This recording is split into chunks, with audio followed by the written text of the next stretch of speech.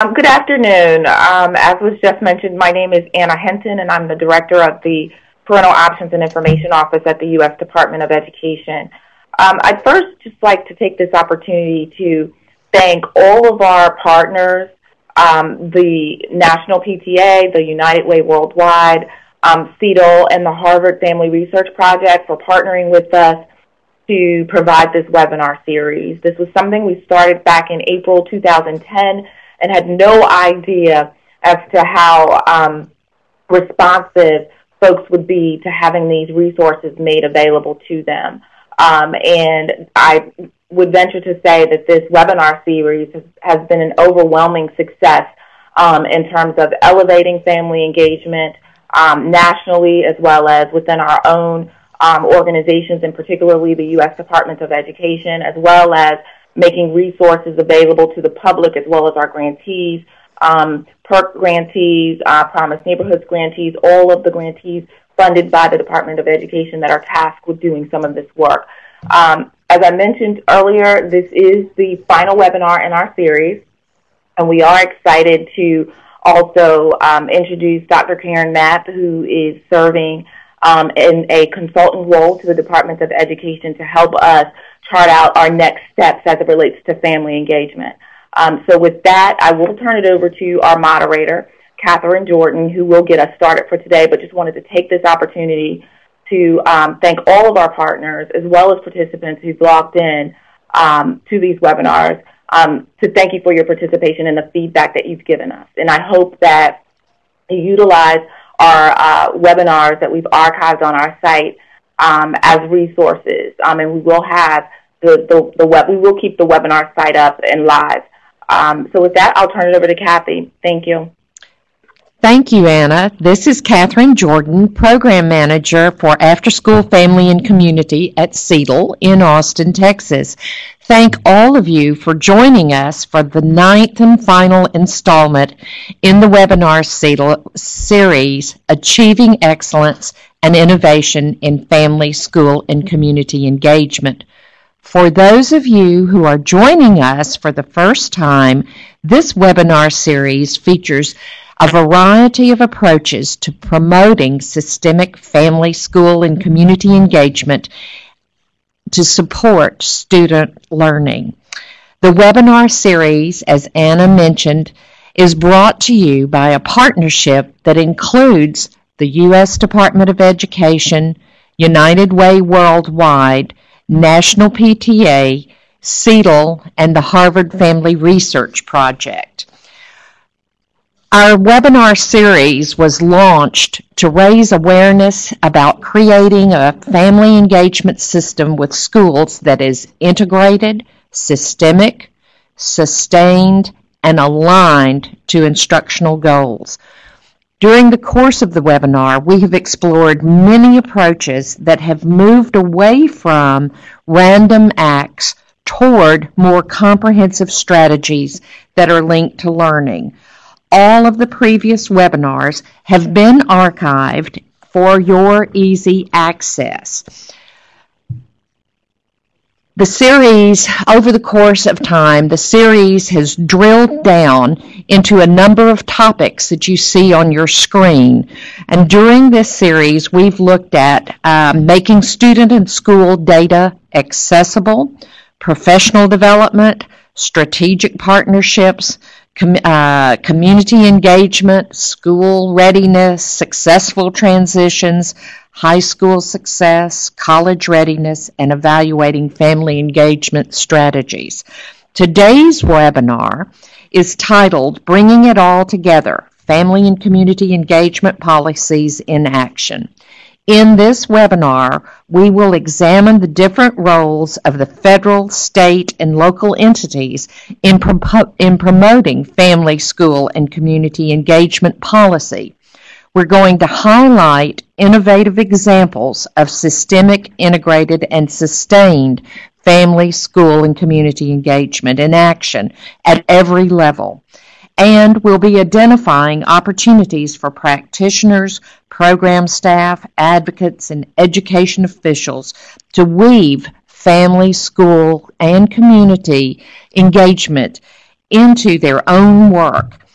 Our overall goal today is to revisit the themes from the full webinar series about the importance of systemic, integrated, and sustained family, school, and community engagement. And we'll discuss the value of that engagement in education reform initiatives. Our presenters today include our keynote speaker, Karren Mapp, who is a lecturer on education and also director of the Education Policy and Management Program at Harvard Graduate School of Education. And, as Anna just mentioned, she is serving as a consultant to the U.S. Department of Education on family engagement.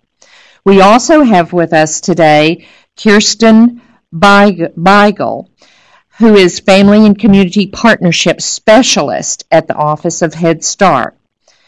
Ruth Landsverk, who is the Family School Community Partnerships Coordinator and Community Learning and Partnerships at the Wisconsin Department of Public Instruction.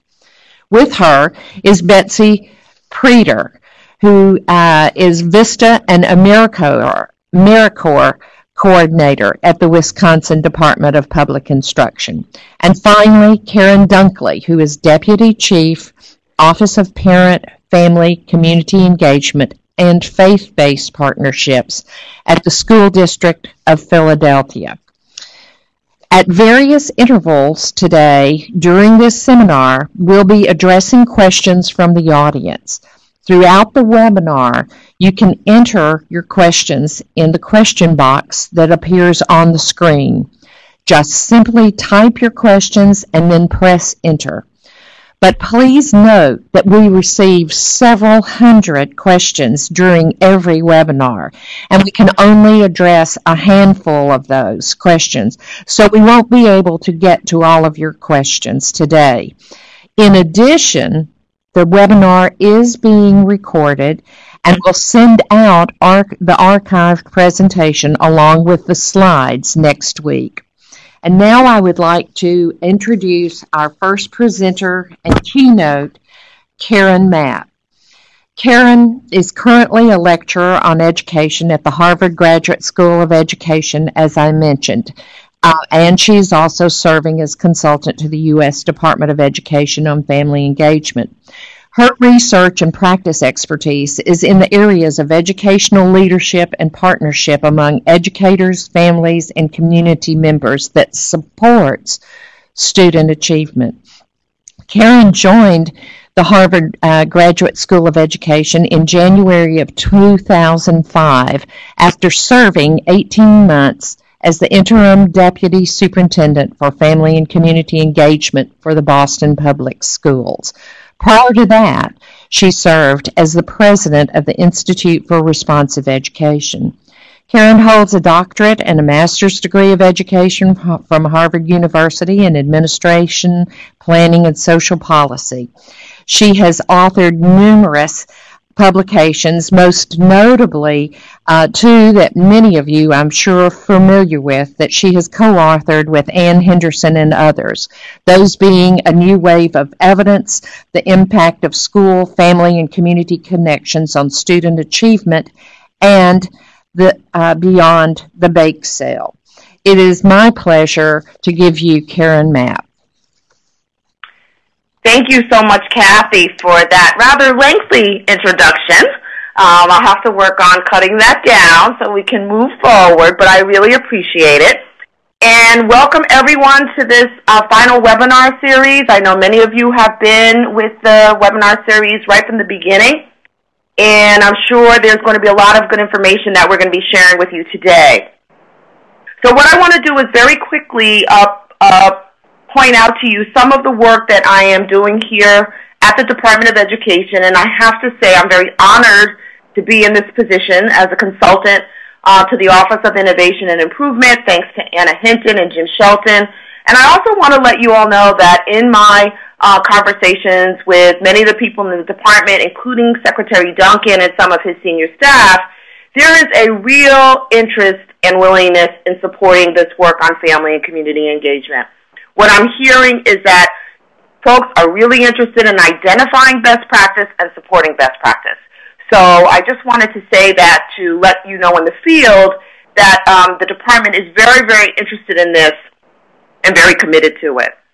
So what I want to do is to go over some of the things that I'm working on and to give you a little bit of an idea of, I think, what we're moving towards in terms of a possible framework, not only for the work of the Office of Innovation and Improvement, but also for the work of the U.S. Department of Education as a whole. So this is sort of a short summary that sort of captures the work that I'm doing for the department with the folks here. And that's to develop a research-based family and community engagement framework that will serve as a foundation for an integrated, coherent, and aligned family and community engagement strategy. And so by that, what I mean is that this will be something that all of the offices will be able to use. It will be integrated. It will support the current work of the department.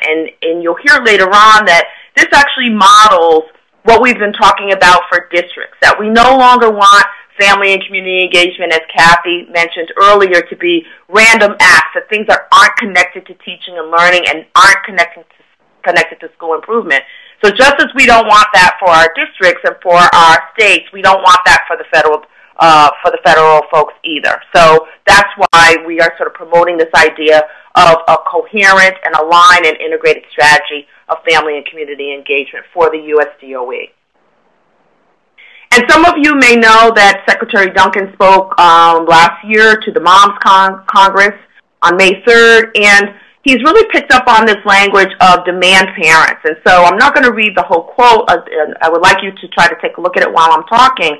But basically, the Secretary is very interested in seeing us cultivate large numbers of what Rudy Crew has referred to as demand parents. And those are parents who, when they are engaged, they do many things. But one of the things is that they really are the accountability system for our education system in this country. They're the ones who many times can work in partnership with school leaders and teachers to make sure that our students are really getting the type of education that they deserve. So one of the questions that often comes up is, what is a demand parent? And this also, I think, is aligned with the question of what is family engagement. And so what I'd like to do is to sort of talk about some of the roles that our families play, and also our community members as well, when they are effectively engaged in supporting student learning and school improvement.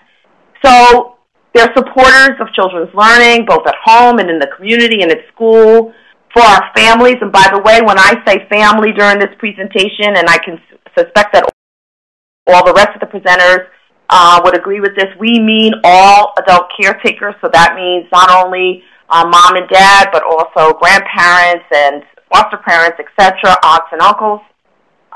So monitors of children's time, models of lifelong learning. We want our families and our community members to be models of enthusiasm for education. They are advocates, and I know that word scares people, but it's absolutely necessary because we need our families to be advocates for their children, to make sure their children are getting access to excellent learning opportunities. Decision makers and choosers of educational options for their children, and then also collaborators with school staff and members of the community. So the question is then, if we and the Secretary and the President and others really want more demand parents, how do we cultivate that group? What can we do to make sure that demand parents aren't just the parents we find in our more affluent communities, but in our communities across the United States, regardless of economic background, education background, etc. So I've been doing a lot of work looking at the research on how do we cultivate family engagement. And for that, I've been turning mainly to two publications or two sets of research, one from Kathleen Hoover Dempsey and her colleagues, Howard Sandler and others, and also some of the research that I've done and some of the accounts that I have collected from families and principals and district leaders from all over the country about how do we actually cultivate the conditions to get more demand parents involved in our schools. And so I provided you with the citations if you're interested in them. So one of the things that we've learned, and this is a combination of my work and Kathy Hoover Dempsey's work with Howard Sandler, in terms of the conditions that have to be in place before our families are actually comfortable in those roles as advocates and decision makers. A lot of times we don't spend time cultivating family skills and their knowledge and their dispositions to actually take on those roles. It almost seems that many people expect families are born with those skills and the knowledge and the dispositions to just take on the roles of advocate and supporters of children learning, but we just know that's not the case. So what are the things that we really need to be working on if we talk about building the capacity of our parents to be demand parents? What do we need to focus on? Well, first of all, what we know is that in order for families to take on these roles, they have to even know these roles exist. For a lot of our families, they may feel that, it's the school's role, it's the teacher's role to really support student development and school improvement. I have a job that I have to do, and I'm going to hand my child over to the school. In fact, I heard a wonderful presentation by a parent last week who talked about that's what she used to think, because she wasn't aware of the fact that these other roles were so important to her child's learning. Now, not only do they have to know that these different roles exist, they have to be confident that they can actually do the roles, that they can succeed at them. They obviously need the skills and knowledge to negotiate these roles. So one of the things that concerns me sometimes is that when we open up choice options for families, a lot of our families don't know how to negotiate those choices. They haven't been exposed to the knowledge or haven't practiced actually knowing what to do in order to choose the best options for their children. Now, this is a big one, and I know all of you out there will probably agree. Another condition has to be that the schools and other organizations have to invite engagement. And they have to welcome families. They have to honor what families already know. Some of you may know the work of Louis Mall. He talks about parents and communities' funds of knowledge. We have to honor that, yes, our communities and our families also have skills. And parents really want to be connected to student learning. They don't really want to be involved in random acts of family engagement. And then finally, for our families who may have stress at home, they're dealing with multiple situations, there needs to be access to supports, because that also stands in the way of a lot of our families being able to be engaged in the roles to support student learning and school improvement.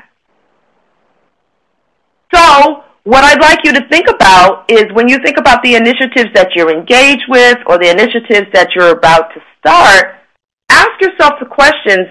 When we think about capacity building, are we actually exposing parents to the various roles that they can play? Are we building their sense of skill and efficacy to succeed? And then, are we doing this with the schools? Are we building the capacity of our school staff, our school leaders, to actually partner with families and community members? One of the things that I've also been researching is adult learning. And I'm trying to see, what are some of the other things that we know about the conditions that are best for adults to learn new skills. So when I talk about building the capacity of teachers and parents and school leaders, what kinds of initiatives really make sense in terms of what they look like? Well, we're learning from, again, I've been learning from the adult learning literature, and also with some work that I've been doing with Mark Warren here at Harvard. We're learning that effective capacity building practice has these components. It has an intentional focus on relationship building, so that built into the initiative, there is a huge relationship component, because I think, as we all know, a lot of people don't learn if they don't trust who's sharing the knowledge with them. And trust is built from relationships. So in a new book that Mark Warner and I have just authored called A Match on Dry Grass, where we've looked at community organizing and its effects on school reform, one of the things that we've noticed is that all those different organizations spend a lot of time on building relationships with families and communities. I mentioned before, we have to think about the assets. These are organizations and initiatives that really, again, honor the assets that are already out there that parents have in community. They do their work in a collective environment, so this isn't just one-on-one. There's a lot of work where there's parent-to-parent networks that are created. hands-on. I know I learn best when I'm actually able to practice whatever skill someone's asking me to get good at. It's very difficult for me to just read a sheet of paper and then acquire the skill. And then finally, that the people who are delivering this kind of initiative to parents, a capacity building initiative, have to, again, show respect for the funds and knowledge that are already there. Kathy mentioned the term systemic, and I just wanted to define that for folks because a lot of times people will wonder, they hear that term thrown around and wonder what it means. What we're actually proposing, I think, here at the department and out in the districts, and you're going to hear some examples of systemic family engagement and also examples of some of the components I just talked about. But basically, systemic means that the initiative is linked to learning. Again, not random acts. It's aligned and coherent with the overall goals of the organization. So, for example, for the school people who are out in the audience, when you think about your whole school improvement plan, how does your family engagement initiative integrate that school improvement plan in the work that it's doing? So if you're doing work on literacy, is your family engagement, is your community engagement also focused on literacy? It spans various stakeholders in the sector, not a standalone project, one school doing it, nobody else knows about it. And this is an attempt in these initiatives to actually shift power dynamics, to actually share power. That's what partnership means, where power is shared.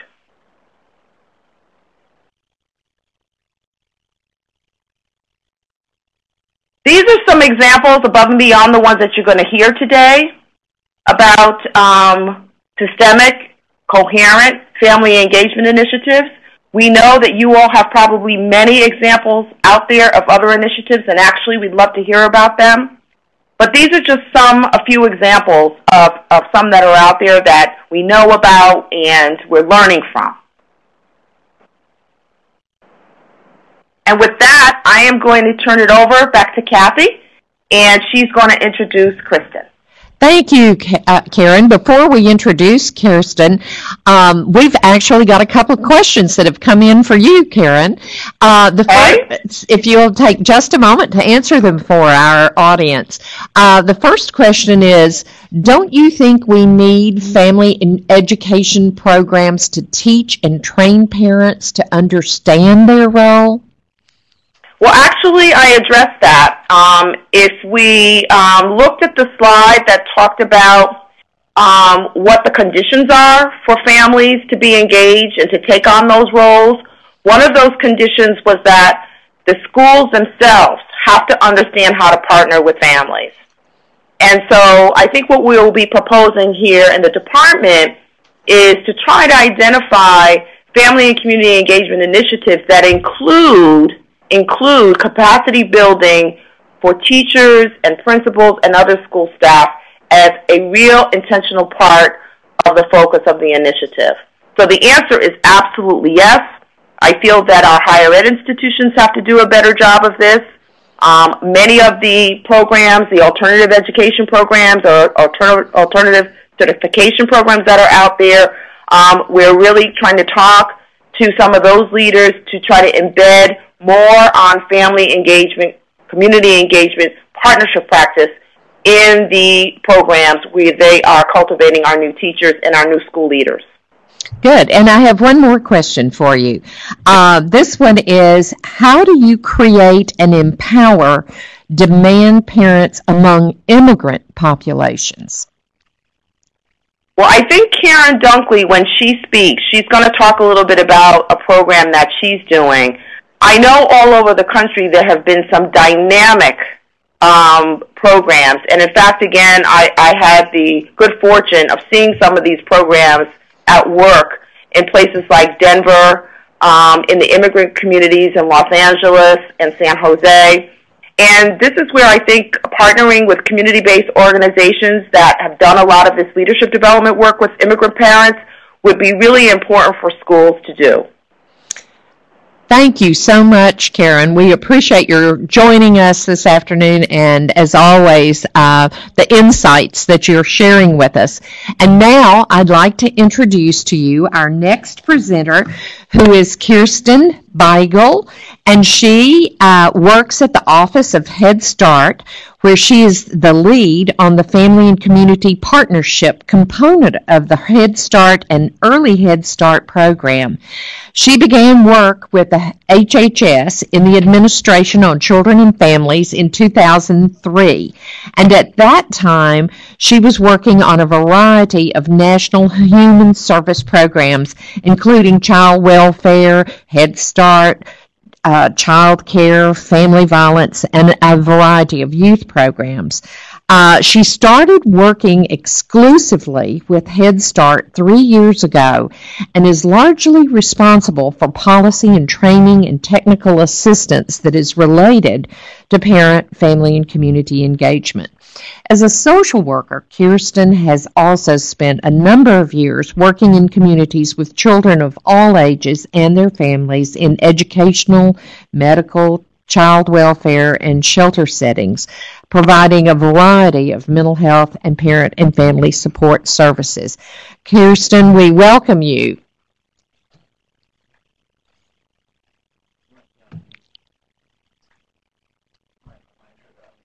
Yes, in my next 10 minutes, talk with you a little bit about the Head Start and Early Head Start program and some of the program's commitment, both past and present, to partnering with families of young children. And also then just touch on some current investments that we've been making out of the Office of Head Start here in Washington, D.C., and particularly around producing resources that we believe will hopefully help raise the quality of family support and family engagement practices in our programs. The Head Start is a preschool program, and it's a comprehensive services program, which includes nutrition, mental health services, family support, family engagement, and of course, early learning and development. We have 20,000 centers, 50,000 classrooms. Head Start is it's in every county in the nation, actually, and we're at the bottom of the Grand Canyon with Havasupai, and we are on Alaskan islands that are only accessible by plane or boat. We have grantees as big as LA County serving 20,000 children, as well as really small programs who are serving 15 children in much more remote areas of the country. We have an Early Head Start program as well, which includes prenatal services to pregnant women and families, and it's services to children from birth on to age 3. So predominantly preschool, but another sort of growing area of our program has been the birth to 3. And a lot of our Early Head Start programs target younger parents as well. Our grantees are largely educational agencies, nonprofit programs, and community action agencies, and we have a lot of tribal programs, around 150 tribal programs currently operating Head Start or Early Head Start programs, and then migrant and seasonal Head Start programs, which really revolve around the growing and harvesting seasons and support families as they move around for work.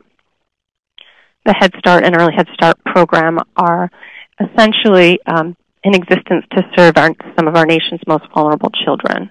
So that includes families who meet the federal poverty guidelines, who are currently receiving public assistance, foster children, and homeless children.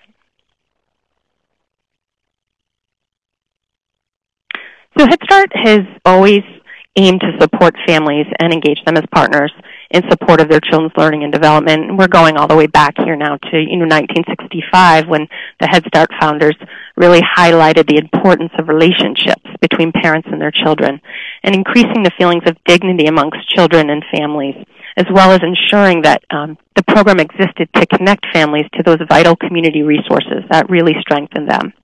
In the 1970s, Head Start implemented federal regulations, which we refer to as performance standards, that really served to further strengthen the role of parents as leaders and decision makers in the program, as well as volunteers in programs, classrooms, and as paid staff as well. So these and many other types of regulations today really have broadened over the years in terms of the kinds of things that programs do to engage families around health education and parent education. supporting the knowledge of families, child development knowledge, and many other kinds of opportunities that families have in Head Start and Early Head Start programs. In the 90s, we launched some TA resources that really aim to support parents as nurturers and educators and advocates for their children. So there's really some strong history here. And I think most recently, which, I guess we could refer to it as the new millennium of Head Start, parent, family, and community engagement, we have invested in a national center on parent, family, and community engagement. So we've taken this sort of the years of steadily accumulating research and are really trying to embrace family engagement as one of the strongest predictors of school readiness. And our national center is in existence for the purpose of implementing a professional development communications approach that really focuses in on research-based and research-informed practices, and in addition, promoting integrated, systemic, and sustained parent, family, and community engagement, which you all have heard these terms before, and there's a reason they're showing up in our national center as well. Our partners, it's a consortium, our National Center on Parent, Family, and Community Engagement, and it includes the Brazelton Touchpoints Institute, the Harvard Family Research Project, the National PTA, Save the Children, and the Council on State Chief School Officers. So those are our partners. And then more recently, this fall, we launched through our National Center and our office here, Office of Head Start, launched the Head Start Parent, Family, and Community Engagement Framework. The process that we used for developing this framework included really an in-depth analysis of Head Start performance standards, some of which I sort of touched on, a review of literature, and a very practical meeting we had last summer where we brought together parents and researchers and Head Start staff and TA specialists to really help us think about applications and definitions and outcomes around sort of what are we striving for in Head Start and our partnership work with families. So the question, I think, that has kind of come to be for us more recently is how do we uplift current parent, family, and community engagement practices to yield better child and family outcomes? And essentially, I think what we're looking to do is really shine the light on all that programs do and be as strategic and intentional across our systems and services to really focus in on outcomes. So here, what you see is a visual of the Parent, Family, and Community Engagement Framework. Now, this is part of a longer document. Actually, it's an 18-page document that includes a lot of examples of strategies and in each of these areas that you see outlined here. And so you can access that. I'll refer you to some resources in a few minutes. But essentially, I think what this is really about, it's sort of a roadmap, if you want to think of it, or a GPS for parent, family, and community engagement. And it's systems-focused and it's outcomes-focused. And it's really a way, I think, to operationalize systemic, integrated, and comprehensive family engagement in Head Start and Early Head Start. And again, it's based on some different bodies of research, our Head Start performance standards, and central to this also is input from parents and staff. I think essentially what this is saying is that if you look across, if you look to align your parent, family, and community engagement activities across these program foundations, right? Your program leadership is really, holding parent, family, and community engagement in high value and really looking to, embed it throughout the program. That you have continuous program improvement processes that support family engagement and professional development strategies, not just for teaching staff or family partnership staff, but for all different staff. And that when you really focus in on your program environment, your family partnerships, your teaching and learning, and your community partnerships, and embed your family engagement activities across these different foundations and impact areas, that you really run a good chance of hitting on some of these family engagement outcomes. And our goal, right, in Head Start and Early Head Start, which I probably could have said up front, is to ensure that children are ready for school and sustain development and learning gains through the third grade. Not least of this, and a very important piece here also is this arrow along the top, focusing in on positive and goal-oriented relationships, because we know that relationships are the foundation of all of this work, and that we really need to strive to cultivate those relationships with families in Head Start.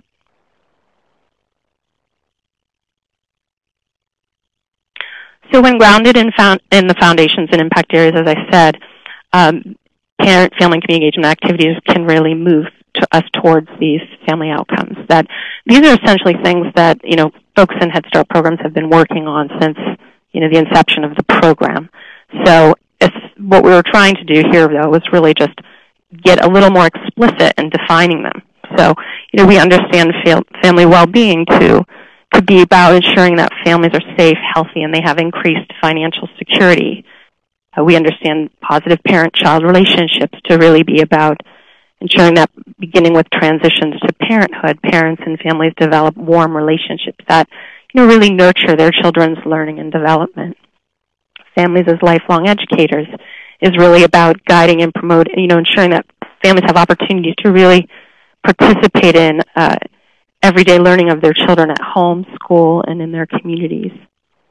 Families as learners is giving families the opportunities to advance their own learning interests through education, training, and other kinds of experiences that support either their parenting or careers or life goals and aspirations.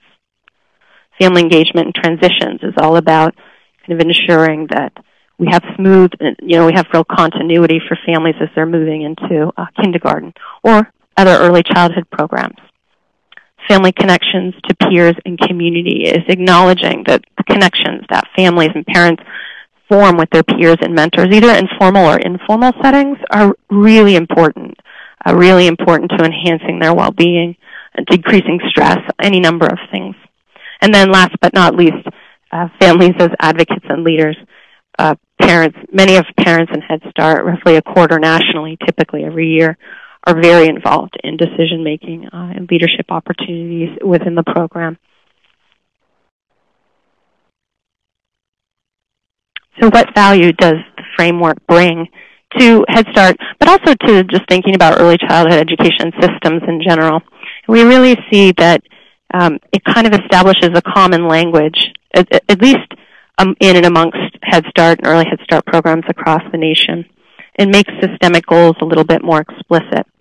It brings a sharper focus, I think, on what we do in our interactions with families, making our partnership work really count for the kinds of things that we think are going to make a difference, ultimately, for children's learning and development. I think that the framework also gives us a better understanding of the different roles that folks play, staff in particular in programs, but people across disciplines play in supporting parent, family, and community engagement. In Head Start, that could be cooks, teachers, family support staff, health staff, bus drivers.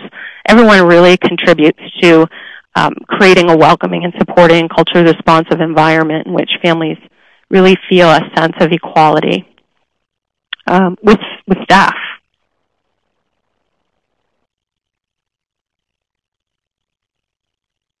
It also gives us this well-defined systemic approach, because if we're really going to be achieving excellence, we really need to sharpen our focus on continuous improvement in this way. I think, this question here, are we collecting the data or information that will help us really know where families are when they come in, right, and then where they are at when they leave. And we think that this looks so different for so many different families, and it's very family-driven. But the idea is to start, I think, trying to get a better understanding of the things that we do that do make a difference and that do kind of yield better outcomes for children. So an outcomes-based, data-driven approach, I guess, in PFCE really, I think includes efforts to identify indicators of progress, both at the program level and with families, as folks are, building relationships with families that are goal-oriented.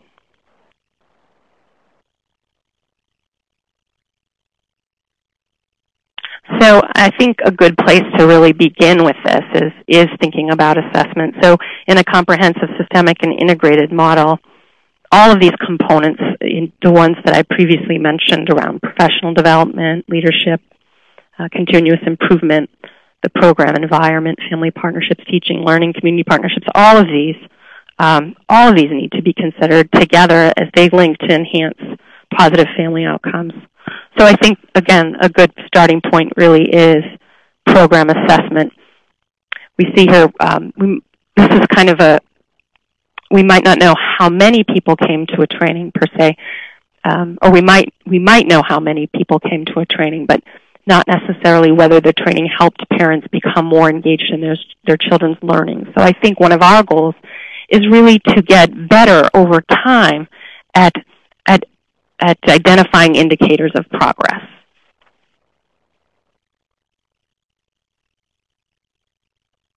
And I think our National Center on Parent, Family, and Community Engagement is playing a huge role in all of this, and will be in the coming years. What I've done here is provide a couple of key resources that I wanted to tell you about. You can go on to our website, the ECLKC, which is the Office of Head Start's early learning website, and the National Center has a page there, which you see. We have some key downloadable resources. To kind of breathe some life into what I feel is a bit of a conceptual discussion here, you might want to check out the mini webcasts. We have 4 different, one from our director and a conversation with parents, conversation with some staff from some directors of programs, as well as a conversation with a teacher, an education coordinator and a family service manager to really talk about a little bit more about what integrated systemic family engagement, and we talk about that comprehensive a lot in Head Start, really kind of looks like. And then we also have the Parent, Family, and Community Engagement Framework in full that you can access, along with a self-assessment. And there's a beginning self-assessment on our website now, and then I expect in about 3 weeks or so there is going to be a much more in-depth assessment that really is a build-out of the framework. It has indicators and programs. Communities can kind of look and think about those indicators, where are we along those indicators, and make some decisions for strategic planning, resources, and those kinds of things. Lastly, there's a piece that was written on family engagement and ongoing child assessment. So I hope you find those resources valuable. And I thank you very much for listening. Thank you very much, Kiersten. We've got one question here for you. What kind of teacher support is provided to enhance their knowledge of this process? That's a great question. We have on the ground early childhood education specialists who work with programs around teaching and learning, and we're in the process of kind of working with the early childhood specialists to further their ability to kind of support programs in understanding some of the family engagement sides of teaching and learning.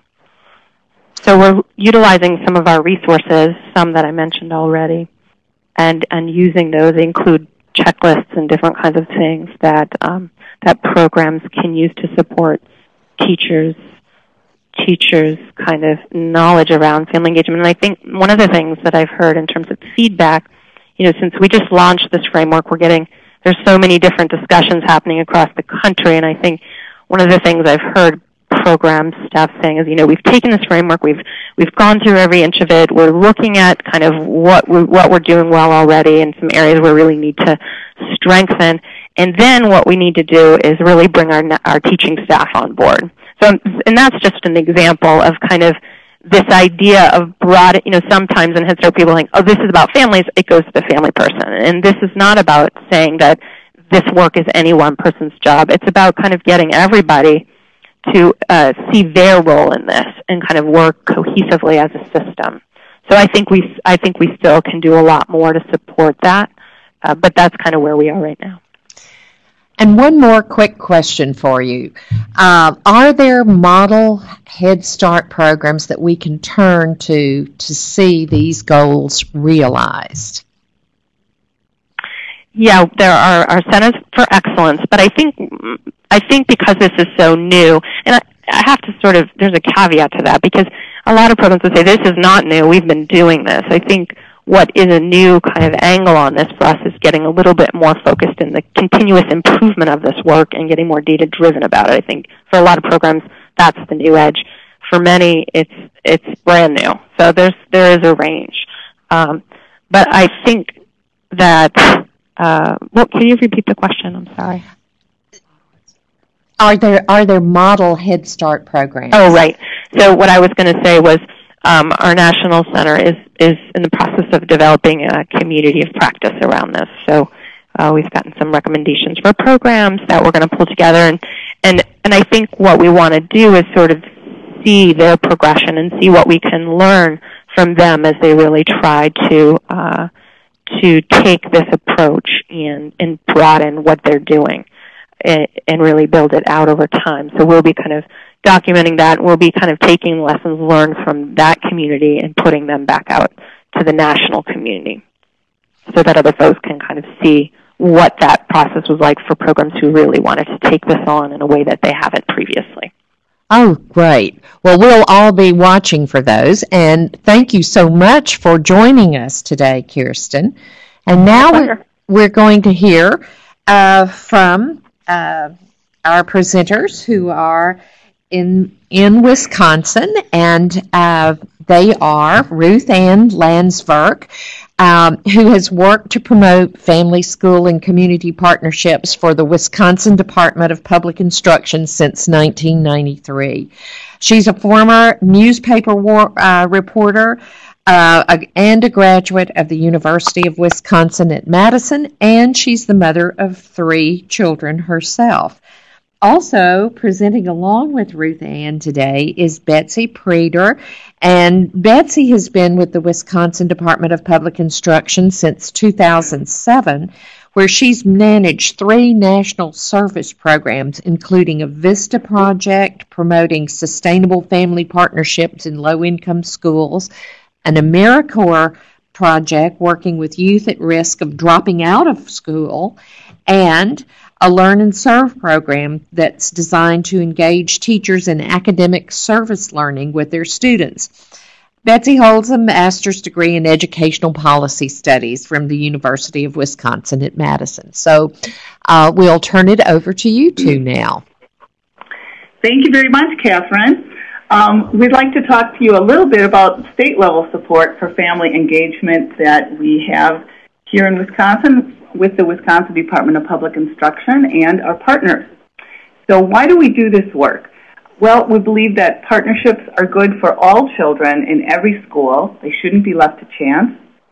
Therefore, our Department of Public Instruction can and should recommend that schools establish well-thought-out programs of partnership over the random acts unconnected to student learning goals. We also believe that partnerships need to be spread statewide to be fair and equitable to all Wisconsin students. They should be part of the way that every school operates. We also feel in Wisconsin this work is particularly urgent given the rising numbers of students and families living in poverty. The image on your left is a picture of our state in 2005 by percentage of free and reduced lunch. The darker the shading means the higher the percentage. And the image on the right is today. So we've seen an increase in almost every one of our districts in the last 6 years. And statewide, we've gone from about 28% free and reduced lunch to over 40%. And we know that partnerships are a real benefit to low-income students and impact their achievement. And we want all states to feel that this work is urgent. The department has committed to family partnerships and community involvement by creating a community learning and partnerships team, which was created in 1993 to promote and support family engagement and community involvement. It also supports and promotes early childhood education and rural education. It's a unique team here at our agency because it does focus on partnerships and allows us to connect with other teams and be a cross-agency resource. Our funding reflects that, and that we have money from Title I, from the Corporation for National and Community Service, from the Rural and Low-Income Schools program, which is Title VI, and then we also have some general purpose revenue, which here it's our state dollars. And like all of us here at DPI, our team is working towards State Superintendent Tony Evers' mission of every child a graduate, and realizing that good family partnerships plays a big role in ensuring that all our kids go on and finish high school. And so we realize that we can't do partnerships alone, and we shouldn't do them alone. We should practice what we preach. So we work both inside the agency and outside the agency to make sure lots of people are involved. Some of the teams we work with inside the agency include Title I, Student Services, Wellness and Prevention, Special Education. We work with the Public Library team and with Educational Opportunities team. Outside of the department, our statewide partners include Wisconsin's Parent Information and Resource Center, our Teachers Union, the PTA, Special Education Parent Network, and Response to Intervention Centers. One of our national partners and an organization that really informs our work and drives our practice is the National Network of Partnership Schools, which many of you may be familiar with. They are out of Johns Hopkins University and directed by Dr. Joyce Epstein. And that work and research has helped us advance partnerships in our state. Wisconsin is a charter member. We joined in 1996, and we're able to promote this research model and be research-based in everything that we do, which includes our Vista program, which we're going to be talking about, in addition to technical assistance and training, conferences we provide, the State Superintendent's Parent Advisory Council, which we'll tell you about next, and then any publication we produce, professional development we offer, resource we put together is research-based, comprehensive, and connected. So one of the things we have is a State Superintendent's Parent Advisory Council. It's composed of 20 parent members from districts throughout the state. They meet about 4 times a year. And their role is to offer feedback to the state superintendent on education issues that parents are concerned about. It's a grassroots effort. And in turn, the parent members learn about DPI programs that affect children and schools. And they also provide a parent voice to DPI initiatives for other teams in the agency. Sometimes parents are asked to serve on task forces or review DPI materials for parents. So it's a give and take situation. We also, the Parent Advisory Council has come up with a lot of really neat initiatives that kind of provide an authentic parent voice that informs our work. For example, they suggested that DPI have a policy on family-school community partnerships, which we do. They also suggested that we come up with a packet, we call it the New Teacher Welcome Packet, with effective family involvement practices for teachers new to the profession. We have a presentation on what parents want school staff to know that we bring out to schools, and we produced a student assessment brochure for parents, as well as earlier a few years ago, we had a Babies Need Books program that provided books to newborns and their parents. So we need to get the message out about the importance of partnerships in any number of ways. We have an annual Parent Leadership Conference. Mapp was one of our wonderful keynote speakers several years ago. And occasionally these alternate with regional workshops to go to the northern part of the state where it's hard for people to come to the Madison-Milwaukee area. We have a website. A couple of the things that we do that are linked to our website are an action team toolkit. So wherever you are in the state, you can link to it and find things to do and read about and discuss with the partnership action team in your school or district. We also have a monthly newsletter we call the Partnership E-Brief for Wisconsin Schools that goes out to really anybody who wants it with the most recent partnership activities and research. So we do lots of publications and conferences and trainings with our state partners to get the word out. One of our biggest initiatives is our Family School Community Partnerships Vista Project. Vista was founded in the 1960s as part of the War on Poverty, and it's typically referred to as the Domestic Peace Corps. So we are fortunate to receive a grant to be able to place 20 full-time volunteers in low-income schools and districts to serve as family and community engagement facilitators. This is an anti-poverty focused program, so they're working in low-income communities and reaching those low-income parents. schools apply to host one of our volunteers, and then with that application they commit to implementing a process for partnerships, to really increasing their family and school and community engagement with the help of this full-time volunteer.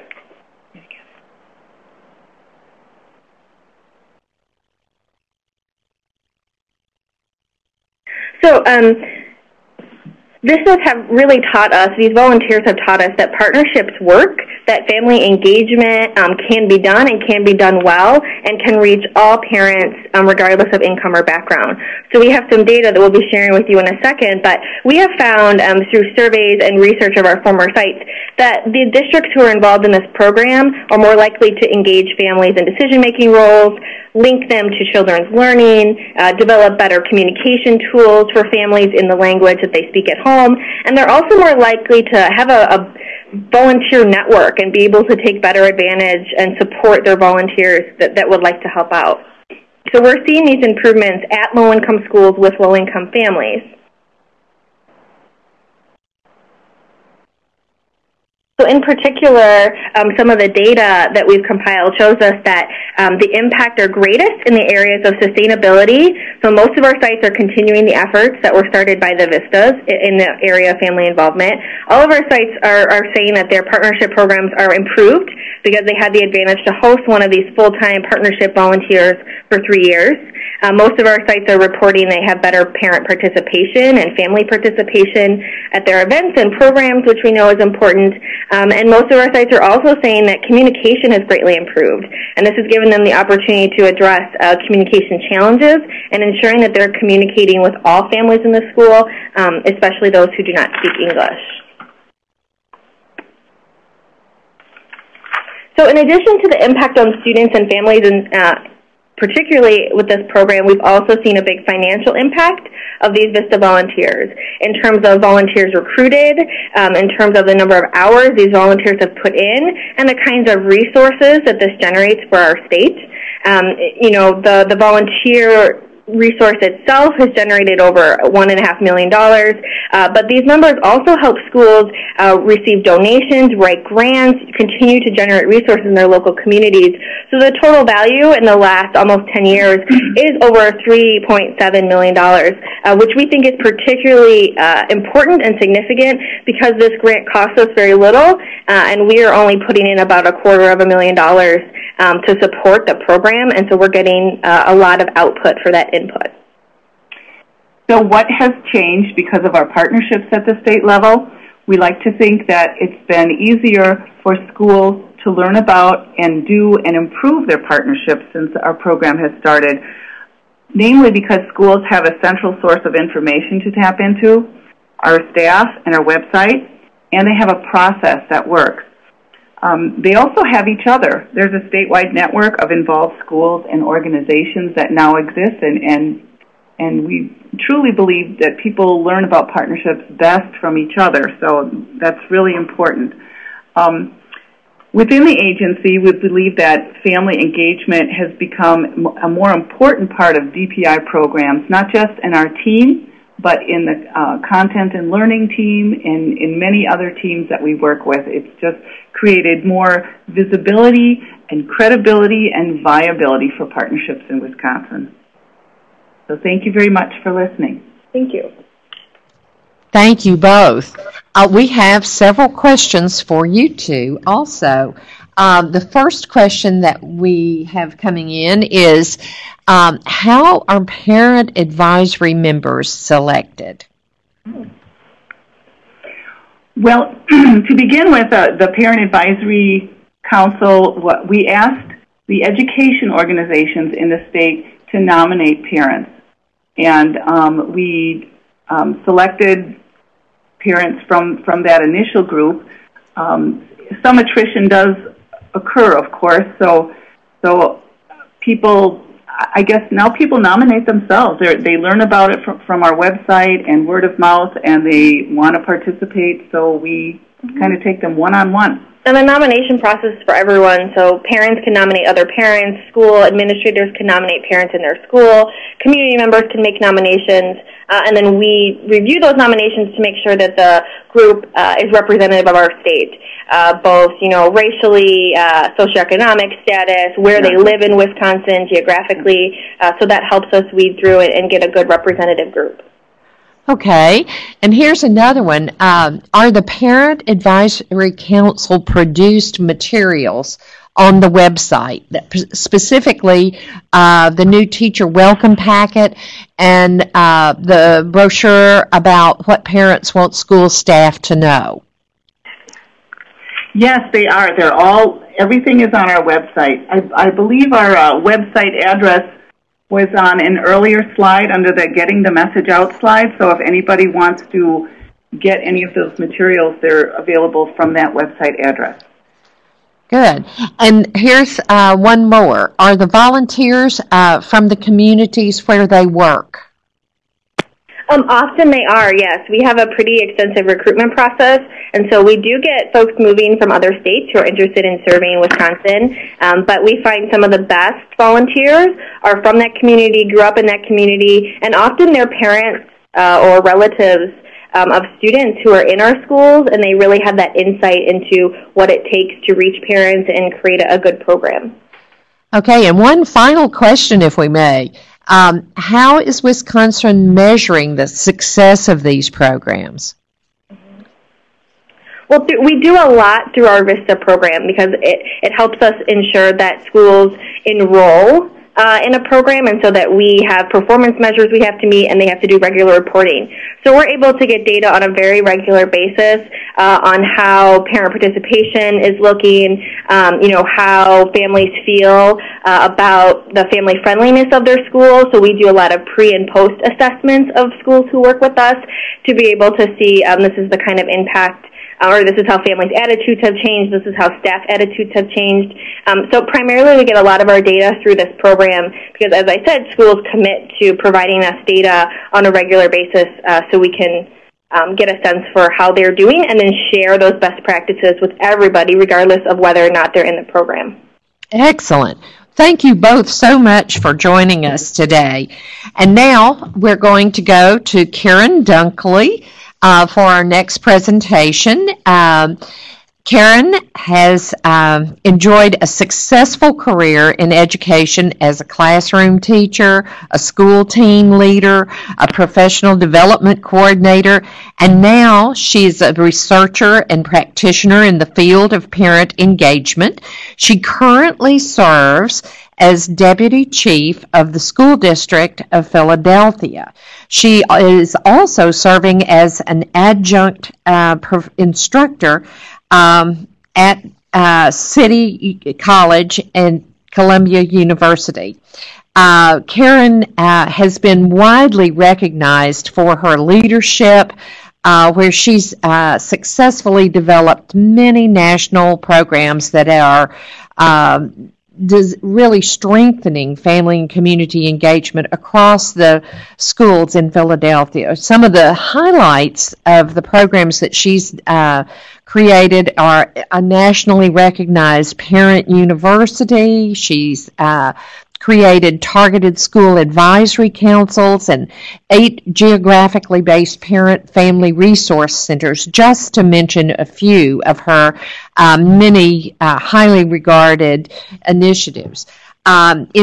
In recent years, she and her programs have received recognition and been mentioned and featured in Time magazine and on CNN.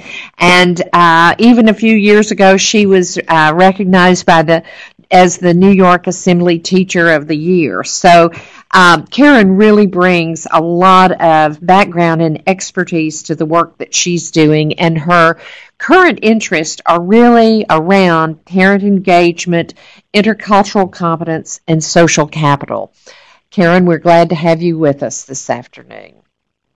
Thank you very much, Catherine. Good afternoon to everyone. We're excited today. I certainly am to be here and to be among such esteemed colleagues.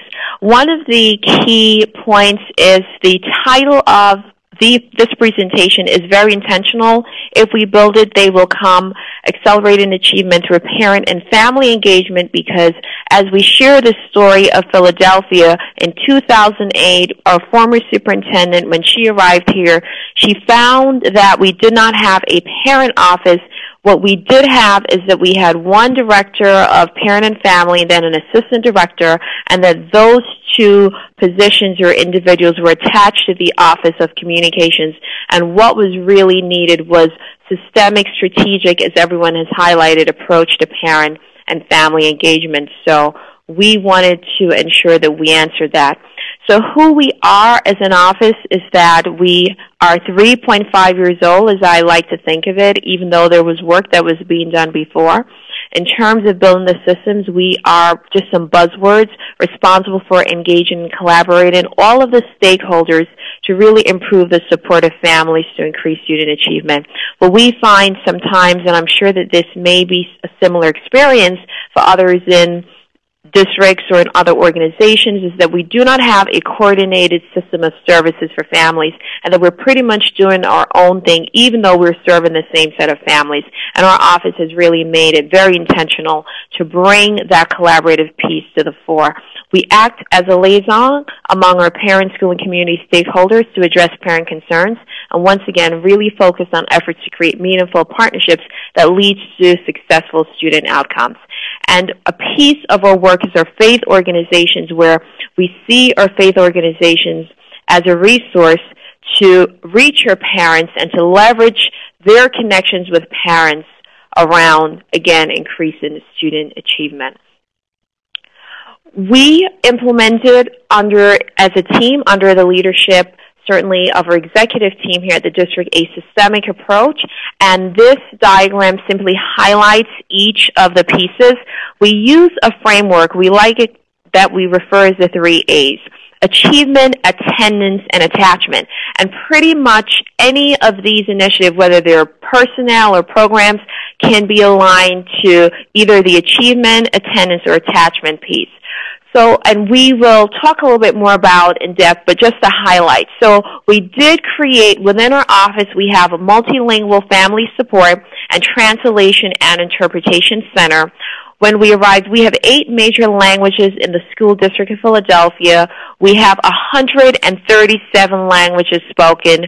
We are experiencing tremendous growth in our immigrant and refugee population. And the goal of this office is to empower these families, to help them acclimate and onboard into the American system of education, but also to look at the differentiated services and supports that they need, and we'll talk a little bit more about that. We do have a Parents Are Our Partners television program in which, going back to what Dr. Mapp has said and all of the previous presenters, that link to learning, to ensure that parents get, via the school district's show that we broadcast on Comcast, our public channel, key information that allows them to identify with a district, that empowers them, that really builds that demand parents, that really expands their knowledge base so they'll know what's happening.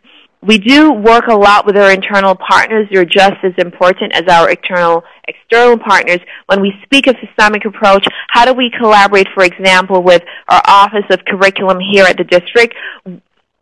We published the Parents Learning Guide, which we offered as a parent university class. We worked with our Office of Professional Development to make sure that our principals and our secretaries and our school nurses and our counselors understood parent engagement and where those offices align to this work, that it was not just the work of my office, and we'll speak about that a little bit further. And a key highlight here is with the Office of Accountability, where we integrated a family performance index and our school performance index to really measure how our families and parents were perceiving the engagement of our schools and whether or not they were friendly and welcoming and really resourceful. We do have a parent university. We have some personnel that really work in our lowest performance schools. They're called our School Improvement Support Liaisons. Their role is to connect directly to the school improvement plan and to look at the role for parents and make sure that that role comes alive, going back to the role construction through workshops, through different programs and activities. We have our organized parent groups, our Title I policy that we work with in our Title I parent group, our bilingual counselor assistants, which really act as the cultural brokers, the bridging and bonding agents for multilingual families, our parent and community call center and resource center, which operates from 7:30 to 6 p.m., and it's a one-stop shop for coordinated services and supports. And then we have our community and faith partners in our school advisory councils. In terms of the framework that we utilize, we focus on performance. How do we measure our family engagement efforts, which goes back to the School Performance Index and our annual parent surveys, where we're really able to tell, based school by school, how we're doing. Professional development, a highlight for us was 2 years ago at the Leadership Conference. We were also very privileged to have Dr. Mapp, where a day was dedicated to training principals and assistant principals, school administrators, how to do this work and do it well. We also do a lot of professional development that's not a one-hit wonder for teachers, school police, and guidance counselors. So any mass number of employees that really interface and interact with parents and families. Our personnel, again, we're really focused on a dedicated person as much as possible within the budget constraints. And we do have the school improvement support liaison, the bilingual counseling assistants, and our parent support representatives that serve 24. We have a 24-hour hotline, and a parent can call with any question or walk in, and they have their needs met. And we spoke a little about the various parent engagement initiatives, and then the practice. What does this culture of parent-friendly partnership schools look like? And Karen Mapp and Ann Henderson did an excellent job in Beyond the Bake Sale of delineating the types of what the partnership might look like. Our call center is phenomenal. We have a main switchboard. We really link parents to appropriate offices. Our parents call with an educational concern, a safety concern, how to register their child. That is our role. We have a support walk-in center. They can come to us and receive service in whatever language they speak. We have a superintendent's hotline they're able to call. We have a school closing hotline, and then we have email support as well. And now what is missing here that is new is that not new, but expanded is our district website or web page dedicated simply to parents. In terms of multilingual family support, and I recall the question about empowering multilingual families, we have the Translation Interpretation Center. So it's not enough just to translate the written documents and to provide interpretation, but we ensure, for example, that we do the welcome wagons. How do we get this information out to parents? So we empower them we use a push-pull model where we bring the district to them through the welcome wagons with our community organizations in the communities, in the faith organizations, in public housing, in emergency housing if they're there. We go out and we reach them. We have our welcome and enrollment centers where any family that is multilingual, that is new to the School District of Philadelphia, is able to come and have a conversation about the academic services and also the non-academic supports for their children. For example, our parents like to know, where do I get ESOL classes? What are some federal agencies to help me? And so we partner with our city and federal agencies as well on this. And we do have the 8 language hotlines. Our district parent university provides a variety of classes. We have several different strands. We have a parenting component. How do we really provide parents with this knowledge base of doing the hardest job in the world? We have an academic component that is twofold. It means that we offer parents a guide to the district's core curriculum in each of the major subject areas, to the state standard tests, and now that we're onboarding Common Core so that they know, but then also an academic component for the parent themselves as a learner in reading and math, really improving their reading and math skills to support the learning at home, and STEM. We have a health and wellness component, a financial literacy component, an English as a second language component, and then we have some targeted programs for our male parents because that's a huge initiative for us, or just for men. We offer this in 8 of our major languages, and the only requirement is that they do have a child here in the School District of Philadelphia. Something that is important about our parent university is that systemically we do conduct what we call our ongoing initiatives, such as how to make parent-teacher conferences work for your child. So some of the other presenters did speak about that, where we again say to parents, here are some questions that you should be asking. These are the kinds of questions that you should say to the teacher. How is my child doing? Is my child on grade level, or what is my child's proficiency level? And then we say to parents, based on the response, here is the next set of questions that is important as well, because they are indeed their child's first and most important teacher. We have several what we like to call their signature parent events, our superintendent parent roundtables. We do have community meetings, our Parent Appreciation Month. We have a back-to-school education extravaganza where every single office or community organization that can support parents with back to school, we hold that in August, whatever they need about curriculum, registering their child, after-school program, after-school partnerships, they come. Last year we had over 50,000 parents who attended. Bridging the digital divide, we're doing this with Comcast, making sure that our parents are not left behind in the technology revolution, and that's also a key component in Parent University, the technology literacy piece. The Just for Men increase in male involvement in education that takes the form of Parent University classes as well as their Just for Men conference. Again, not a one-hit wonder, but it's sustained throughout the year through various programs and projects. We have Bring a Parent to Work Day, where we invite our parents to come into the district and to shadow someone in an area in which they're interested, and we encourage our principals to participate. And then a Dress for Success. Another example of the Dress for Success is in the Parent University is our career awareness strand, where we focus on resume writing and just being professional. I mentioned our school improvement support liaisons.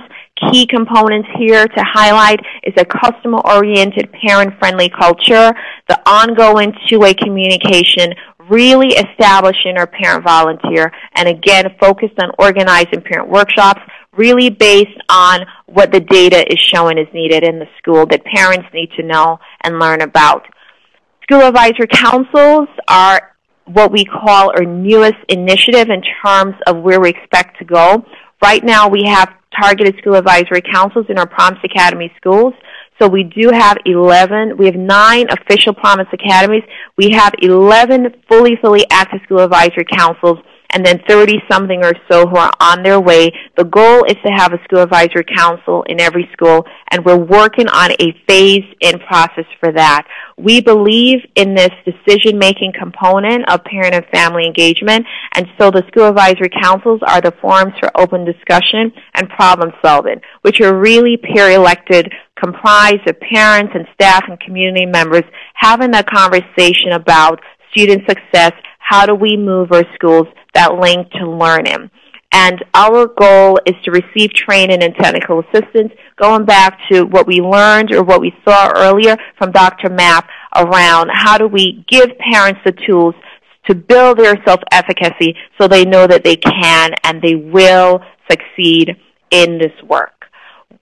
We are guided by a framework which is based on the instructional rounds from Richard Elmore, and it really speaks to that relationship between content, student, and teacher, which is where much of the conversation remain. And what we're saying within our work, and this is really your guide, is that we are rethinking the core, that just as much as the student, the content, and the teacher interacts to determine achievement, that a key component that supports the student, that supports the teacher and the learning is the parent, and it really is the family and the community as the external environment. Thank you.